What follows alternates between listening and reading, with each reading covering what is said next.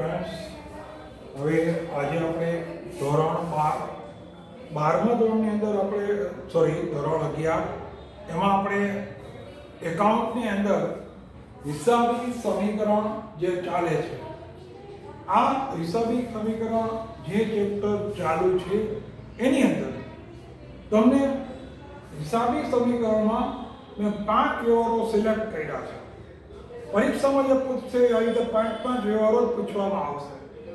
તો આવા 5 વ્યવહારો જે સિલેક્ટ કર્યા છે એનું હિસાબી સમીકરણ ઉપર અસર કેવી રીતે આપવી, આ મેં શેમાંથી લીધું છે તમને કહું. તમારી ટેક્સ્ટ બુકમાં બીજો જે દાખલો છે એમાંથી મેં આ વ્યવહારો લેવામાં આવ્યા છે, કારણ કે એમાં કુલ 19 વ્યવહારો છે એટલે 4 દાખલા થયા. તો આપણે 5 વ્યવહારો એક વિડીયોમાં બને ત્યારે આખો માંડ એક વિડીયો પૂરો થાય. તો એવા 5 વ્યવહારો મેં લખ્યા છે, એમાં થોડા ઘણા ફેરફારો નવીન લીધા.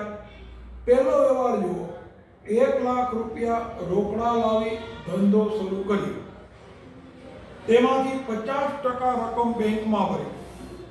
પહેલા તો મિત્રો તમે 1 લાખ રૂપિયા રોકડા લેવા એની આપણે અસર આપીએ, પછી બેંકમાં ભર્યા એની અસર. એક સાથે બે અસર થાય. તો પહેલા આપણે 1 લાખ રૂપિયા રોકડા આવે, ચાલો ધંધામાં રોકડા પૈસા આવે છે એની પહેલા અસર આપીએ. ધંધામાં રોકડ આવે એની અસર આપો. રોકડ ખાતે ઉધાર તે મૂડી ખાતે જમા. અહીંયા આપણે 1 નંબર કરશું. 1 નંબર કહીને સીધી એની આમનોંધ કરવાની છે. ધંધામાં રોકડ આવે છે, રોકડ ખાતે ઉધાર, લઈ આવનાર છે ધંધાનો માલિક, તો રોકડ ખાતે ઉધાર તે મૂડી ખાતે જમા. હવે રોકડ ખાતે ઉધાર તે મૂડી ખાતે જમા એની અંદર આપણે રકમ જે તમારી પાસે છે એ 1 લાખ રૂપિયા. 1 લાખ રૂપિયા રકમ તમારે લખવાની. અહીંયા આપણે જગ્યા થોડી ઓછી છે એટલે મેં ઉધાર બાજુને જમા બાજુના કારણ જ બનાવ્યા. બેની બાજુ 1 લાખ રૂપિયા. હવે કારણ આપીએ, ધંધામાં રોકડ શિલક વધે. ચાલો ધંધામાં રોકડ આવે છે એટલે રોકડ શિલક આપણી મિલકત વધે. બીજું કારણ, લઈ આવનાર ધંધાનો માલિક છે એટલે માલિકની મૂડી કાઉન્સમાં સી વધે. માલિકની મૂડીમાં પણ શું કરવાનો? વધારો. તો તમારી રોકડ શિલક એ વધે, સામે મૂડી સી પણ વધે. હવે આપણે મિલકતમાં પહેલા લખી નાખીએ, તમારી રોકડ શિલક જે છે એ 1 લાખ રૂપિયા. રોકડ શિલક કેટલા રૂપિયા વધ્યા? 1 લાખ રૂપિયા. રોકડ શિલકમાં 1 લાખનો વધારો. મૂડીમાં પણ વધારો થયો. અહીં લખો શરૂઆતની બાકી. તમારી 1 લાખ રૂપિયા વધે તો 1 લાખ રૂપિયા. દેવું કાંઈ છે નહીં તો 0 નો 0. હવે આપણે શું કરવાનું? એક વ્યવહાર કરવો હોય એટલે અંડરલાઈન કરી નાખવાની, લીટી કરી નાખવાની. તમને સમજાવ્યું છે. દરેક વ્યવહારના અંતે આ રીતે લાઈન કરો. સરવાળો ખેંચો. આનો સરવાળો 1 લાખ છે, આનો પણ સરવાળો 1 લાખ, બે હરખા થયા. અને આનો સરવાળો 0 નો 0. તો પહેલો વ્યવહાર આપણો પૂરો થઈ ગયો. 1 લાખ રૂપિયા રોકડા લાવી ધંધો શરૂ કર્યો. હવે એમાં જ આપણને હજી એક કહે છે 50% રકમ બેંકમાં હોય. હવે જાણો તમે પહેલાની અંદર જ એટલે આપણે એ કહી દેવાની, પહેલામાં એ, હવે એકની અંદર બી. તમે પૈસા બેંકમાં ભર્યા. ચાલો પૈસા બેંકમાં ભરો. કેટલા ટકા? એટલે 50%. 1 લાખ રૂપિયાના 50%. તો 50,000 રૂપિયા તમે બેંકમાં ભરો છો. 50,000 રૂપિયા બેંકમાં ભરો એટલે તરત તમારે આમનો વિચારો બેંક ખાતે ઉધાર તે રોકડ ખાતે જમા. શું કામે રોકડ ખાતું જમા આવ્યું? ધંધામાંથી રોકડ જાય છે. પૈસા ક્યાં ભર્યા? બેંકમાં. પૈસા બેંકમાં ભરો એટલે બેંક સિલકમાં શું થાય મિત્રો? વધારો. તો એક આમ નોંધ કરીએ, બેંક ખાતે ઉધાર, બેંક ખાતે ઉધાર તે રોકડ ખાતે જમા. કિંમત 50,000. બેંક ખાતે ઉધાર તે રોકડ ખાતે જમા 50,000 રૂપિયા. ક્લિયર? કેમ 50,000 એ સમજાવો. 1 લાખ રૂપિયા તમારે રોકડા હતા. 1 લાખ રૂપિયાના 50% એટલે 50,000. તો 1 લાખ રૂપિયાના 50% એટલે 50,000 રૂપિયા. હવે એની અસર આપીએ. ચાલો, બેંક સિલક વધે. તમે પૈસા જમા કરો એટલે તમારી બેંક સિલક મીન્સ મિલકત વધે. અને સામે બીજી અસર આપો, તમારી રોકડ સિલક છે એ પણ મિલકત ઘટે. તો આનો મતલબ એમ થયો, એક મિલકત વધી સામે બીજી મિલકત ઘટી. ચાલો, વ્યવહાર પૂર્વક કરવા માટે પહેલા લીટી કરી નાખી મેં. હવે તમારે જોવાનું, તમારી પાસે રોકડ સિલક હતી કેટલી? 1 લાખ. કેટલા રૂપિયા બેંકમાં ભર્યા? ઘટે એટલે ઘટાડો ખાલી લોકો 50,000. ચલો, 1 લાખમાંથી 50,000 રૂપિયાને કાઢી નાખો. 50,000. 1 લાખમાંથી 50,000 કાઢ્યા એટલે સામે 50,000. નવી મિલકત કઈ આવી? બેંક સિલક. બેંક સિલક ખાલી કેટલી થઈ ગઈ? 50,000. બેયનો પર નાખો સરવાળો 1 લાખ. હવે સી ની અંદર કોઈ પ્રકારનો ફેરફાર નથી. જે તમારી મળી હતી એ 1 લાખ, એનો સરવાળો નીચે લખી નાખવાનો 1 લાખ. તમારું દેવું પણ એમ નમ જ, દેવું કાંઈ હતું નહીં, 0 નો 0. તો પહેલો વ્યવહાર કર્યો એની આ રીતે બે અસર થઈ. એક, ધંધામાં રોકડા પૈસા આવ્યા એની અસર આવી, અને બીજું, પૈસા લઈ આવનાર છે એ ધંધાનો માલિક છે એ મુજબ એની અસર આવી. બેંકમાં પૈસા ભર્યા. ચાલો, એના પછી નેક્સ્ટ વ્યવહાર નંબર 2, 5,000 રૂપિયા બેંકમાં ભર્યા. ચલો, વળી પાછા 5,000 બેંકમાં ભર્યા બીજા વ્યવહારમાં. 2 નંબર આપો. નંબર 2, પૈસા બેંકમાં ભરો છો. આમનો લખવાની જેમ ઉપર કયું એક થયું? બેંક ખાતે ઉધાર તે રોકડ ખાતે જમા.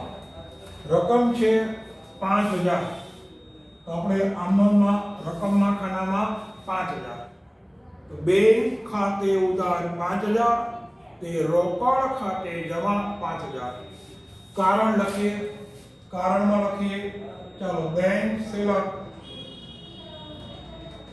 ઉપરની જેમ જ મિલકત એ વધે. સામે બીજી મિલકત રોકડ સિલક એ પણ એ ઘટે. બેંક સિલકમાં વધારો થયો તો સામે રોકડ સિલકમાં ઘટાડો થયો. હવે અસર આપીએ. તમારી રોકડ સિલક, તમારી છેલ્લી રોકડ સિલક 50,000 ગણાય. રોકડ સિલકમાં માઇનસ કરો, ઘટાડો 5,000. ચલો, 50 માંથી 5,000 ગયા 45,000. બેંક સિલકમાં વધારો કરી નાખો. બેંક સિલક એ 50,000, એમાં વધારો કરો પ્લસ 5,000. 50 માં 5,000 ઉમેરી દો 55,000. સરવાળો 1 લાખ. 1,00,000 નો સરવાળો આવ્યો, આમ લીટી કરી નાખી. ચાલો મોડી ખાતાની શરૂઆતની બાકી હતી, કોઈ પ્રકારનો ફેરફાર નથી. 1,00,000 માં 1,00,000 દેવું જે તમારું હતું એ જ 0 નો 0. તો આ રીતે આપણો બીજો વ્યવહાર કમ્પ્લીટ થયો. દરેક વ્યવહારને એક પછી એક તમે લેતા જાઓ. પહેલો, બીજો, ત્રીજો. ત્રીજો વ્યવહાર જુઓ. ₹4,000 પગારના ચેકથી ચૂકવ્યા. પગાર ₹4,000. પગારના કેટલા રૂપિયા? 4,000. 4,000 રૂપિયા તમે કેમ ચૂકવ્યા? ચેકથી ચૂકવ્યા. પગાર ચેકથી ચૂકવો. ધંધામાં રોકડ આવે કે રોકડ જાય? તરત તમે કહો સર ચેક શબ્દ છે રોકડની અસર જ ન થાય. તમે સાચા છો. પગાર ચેકથી ચૂકવો છો એટલે રોકડને કોઈ અસર નહીં થાય. ચૂકવ્યો શબ્દ આપ્યો છે એટલે વ્યવહાર રોકડ, રોકડ સિલકને અસર નહીં થાય. કારણ કે પૈસા ચેકથી ચૂકવો છો તો બેંક સિલક ઘટે. બેંક સિલકમાં ચેપ્ટરમાં આપણે ભણાવ્યું હતું કે જ્યારે તમે કોઈ પગાર ચેકથી ચૂકવો તો તમારી બેંક સિલક છે મિત્રો એમાં ઘટાડો થાય. તો બેંક સિલક છે એ ઘટે છે. હવે આપણે એની આમ નોંધ પેલા કરીએ. ચૂકવ્યા એટલે ખર્ચ. પગાર ખાતે ઉધાર તે બેંક ખાતે જમા. આમ નોંધ આપીએ. 3 નંબર. પગાર ખાતે ઉધાર તે બેંક ખાતે જમા. ચલો અસર. પગારની કિંમત તમારી પાસે હતી ₹4,000. બે વડે 4,000 ઉધાર જમા. પગાર ખાતે ઉધાર તે બેંક ખાતે જમા. ચલો પગાર ખર્ચ વધે. પગાર ખર્ચ વધ્યો. ખર્ચ વધે એટલે આપણો નિયમ યાદ કરો.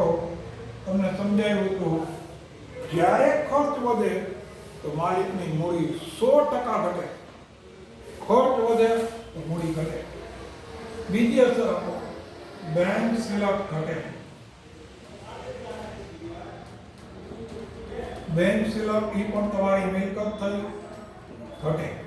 જેમાં બેમાં ઘટે આવ્યું. બેમાં ઘટે આવ્યું. એક સી ઘટે છે, એક એ ઘટે છે. એ ફરી એક ઘટાડો સીમાં કરવાનો, એક ઘટાડો મિલકતમાં કરવાનો. હવે એની અસર આપીએ. ચાલો આ વ્યવહારની ફરી વખત. રોકડ સિલકને કોઈ અસર નથી. રોકડ સિલક તમારી આગલી હતી 45 માં 45. તમારી બેંક સિલક ઘટે છે તો બેંક સિલક તમારી આગલી ગણાય 55,000. 55,000 રૂપિયામાં ઘટાડો કરો તમે 4,000 ચૂકવા. 55 માંથી 4,000 બાદ કરી નાખો 51,000. 55,000 માંથી 4,000 બાદ. આ બંનેનો સરવાળો કરો. 5 ને 1 6, 5 ને 4 9, 96,000. રોકડનો કુલ સરવાળો 96,000 આવે એટલે આમ લીટી કરી નાખો. ચાલો હવે મોડી ખાતાની બાકી. મોડી ખાતાની બાકીમાં તમારી પાસે 1,00,000 રૂપિયા મિત્રો છેલ્લી બાકી હતી. આ વ્યવહારથી તમે જુઓ પગાર ખર્ચમાં વધારો થયો.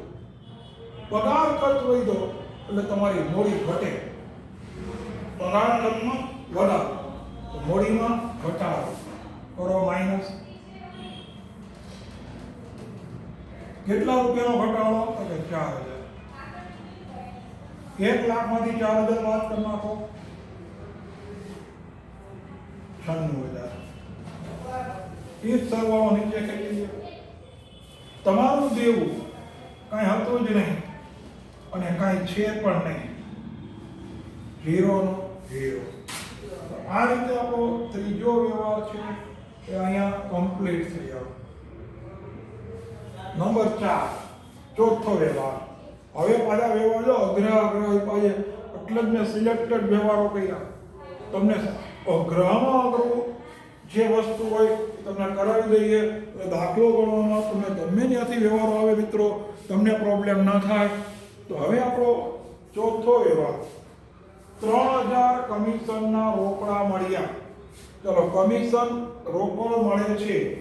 ચોથામાં પણ એ થશે એવી રોકડ ખાતે ઉધાર તે કમિશન ખાતે જમા. રોકડ ખાતે ઉધાર તે કમિશન ખાતે જમા. 3000 રૂપિયા ઉધાર જમા બાજુ લખવાના.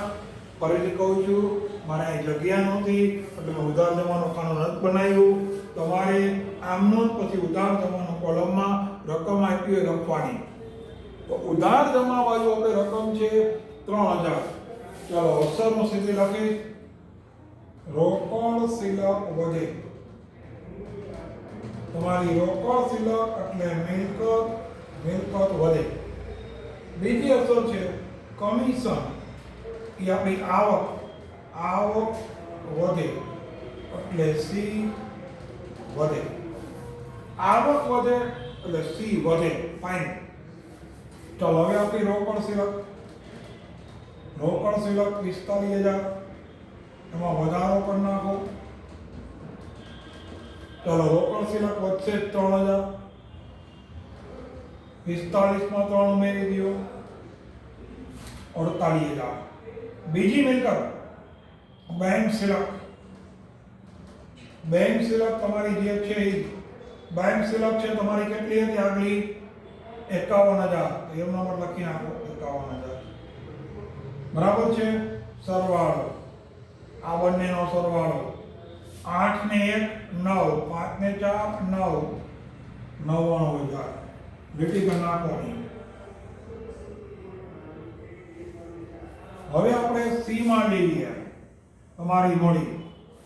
ચાલો, તમારે મોડી ખાતાની બાકી છેલ્લી બાકી 96000 ગણાય. આવક વધી, સી વધે.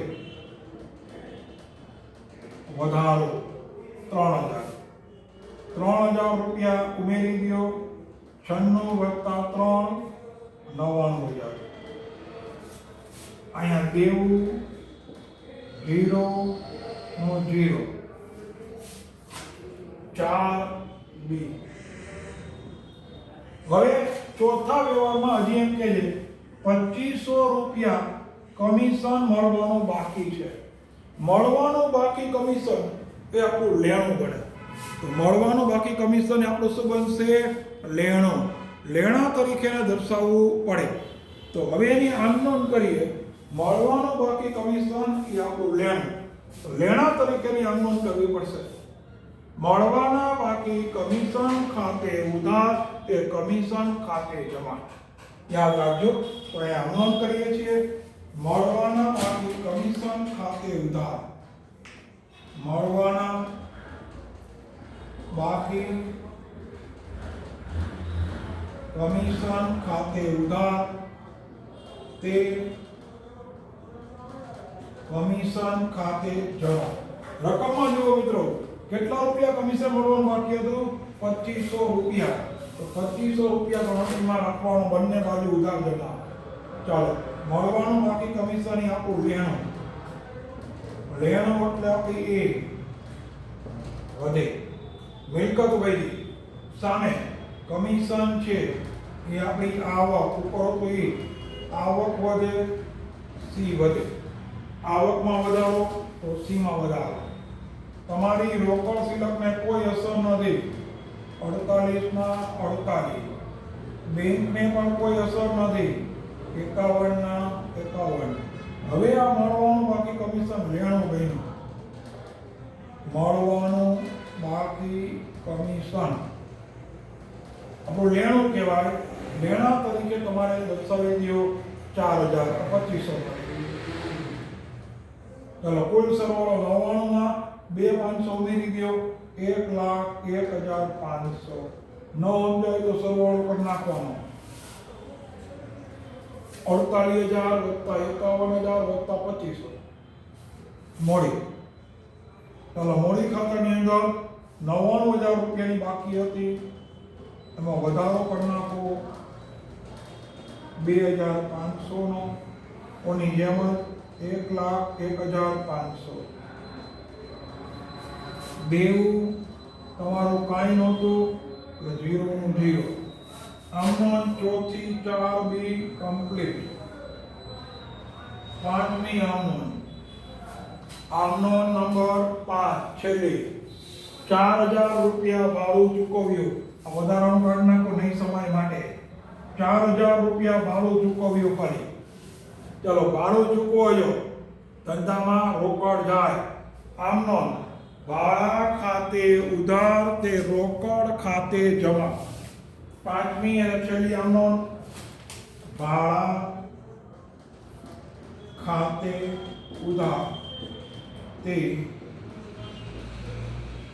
રોકડ ખાતે જમા. તમારી 4,000. ચલો ખર્ચ વધે છે, ખર્ચ વધે, સી ઘટે. બીજી અસર રોકડ શિલક એ ઘટે. રોકડ શિલક પણ ઘટી. હવે લખું રોકાણ. ચલો રોકડ તમારી છેલ્લી 48,000, એમાં ઘટાડો 4,000. 48,000 રૂપિયાથી તમારે 4,000 બાદ.